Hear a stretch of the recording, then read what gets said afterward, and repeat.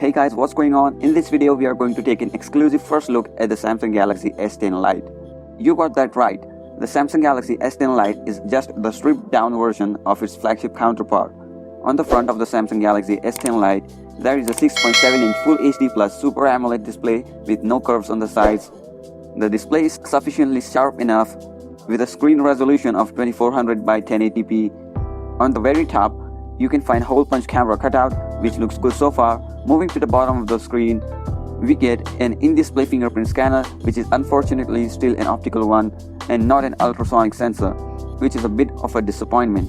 On the right hand side, we get the power key and the volume rockers on a metal frame, and it does not have the unloved Bixby button. Moving at the bottom, we can see a USB Type-C port which now supports fast charging, but sadly no wireless charging on this phone, as the back of the device is made from a mixture of metal and plastic. In order to reduce the cost, Samsung this time has stayed away from using glass and wireless charging. And unfortunately, there is no headphone jack in this phone, which is indeed present in the Note 10 Lite, on which I've made a separate video about, and if you want to see it, you can watch it on my channel. Talking about the internals of the device comes with a Snapdragon 855 processor, which is based on 10nm technology, paired with 8GB of RAM and 128GB of internal storage, which can be further expanded with an SD card of up to 512GB. The main attraction here is the cameras. In this device, we get a triple camera setup, which looks confirming the rumors about the upcoming Samsung Galaxy S20, also known as the S11. The main camera here is a 48-megapixel camera sensor, which uses pixel binding technology to combine multiple shots into one sharp image. A 12-megapixel ultra-wide sensor and a 12-megapixel macro sensor is also present on this device. Besides this, the camera on this device also offers features like super slow-mo, and most importantly, there is something that Samsung calls Super Steady OIS, and trust me, it is amazing.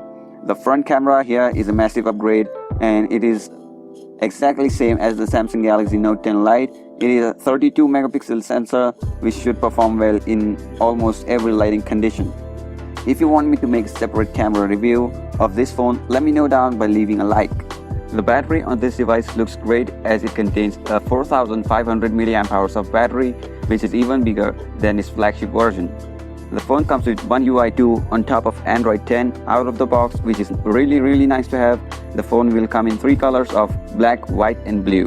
Talking about the price of the device will cost you around 550 euros or $600 if it hopefully comes to the US.